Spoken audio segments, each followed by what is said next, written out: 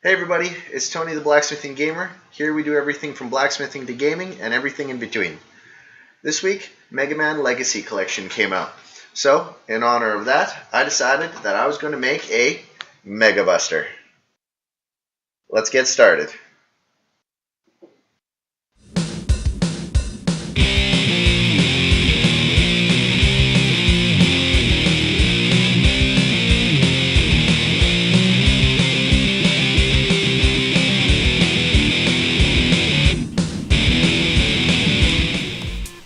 Alright, so here's the 3D print we started out with. I'll leave a link in the description below if you're interested in printing your own.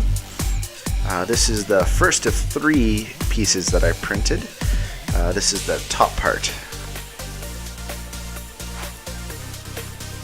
I ended up having to reprint a couple of the pieces because they either got messed up or ran out of filament.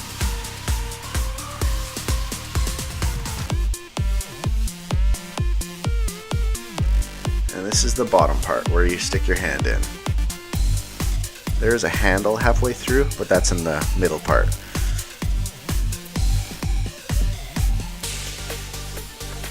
I kept the fill on this print relatively low just to try to lower the print time on it. I think each piece was still about 15 hours.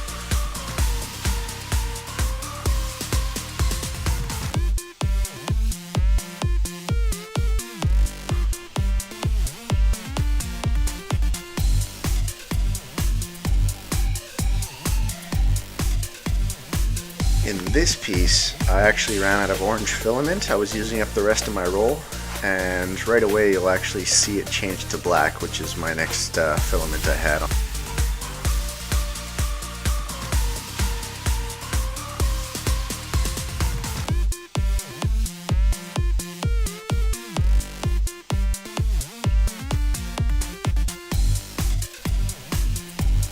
And here's a little video of me preparing everything to stick it all together.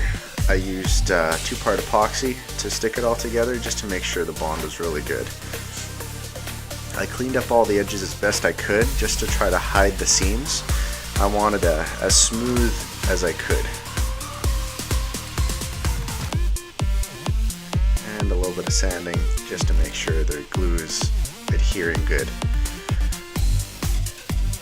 And once everything was all cured, the glue was all dry, it was time to fill in some of the cracks.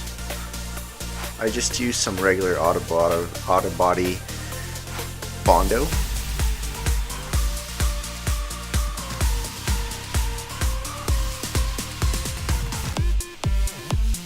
And just cleaned up some of the extra, just to make sure I didn't have to do too much sanding. Once that was all dry, I put a first coat of primer on and started sanding. A lot of the bigger stuff I just used the sander here, and once it got into the fine work I switched over to hand sanding.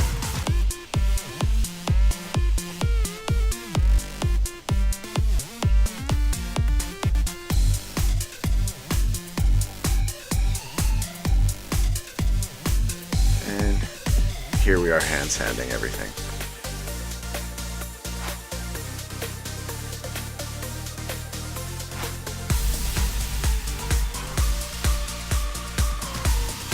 Progressively going up through the grits.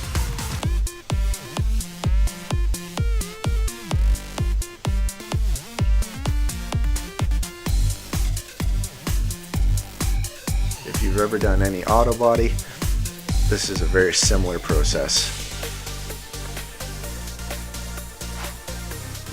Here I'm just doing a spot treatment of some of the lower spots,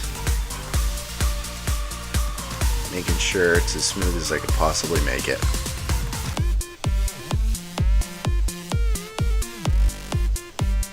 And just cleaning up where the Bondo was a little difficult to get with regular sandpaper with a Dremel.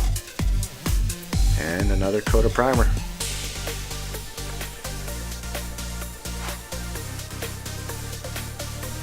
I put this one on thick because I knew I was going to be wet sanding next. So I started wet sanding after I went through the initial grits again after the spot treatment with 1000 grit wet sanding, and I went up to 2000, and I was ready for paint. After cleaning the surface, a big thanks to Rebecca from the local paint store, helped me pick out the paints, make sure it was as close to Mega Man as possible.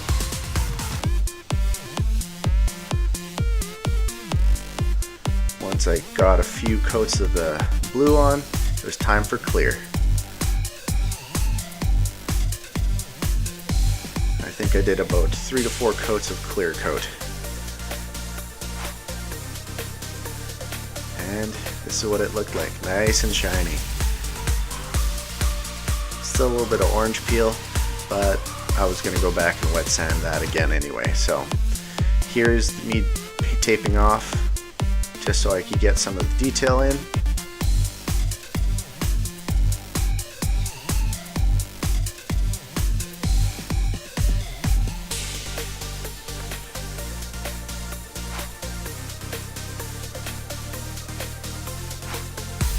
And the red top.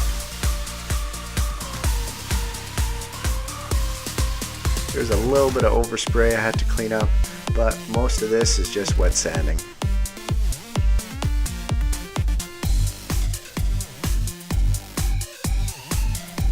And polish time.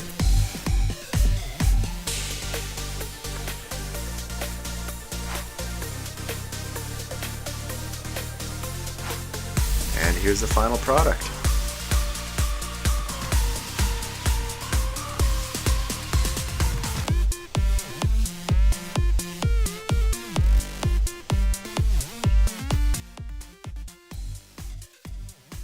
Thanks again for watching.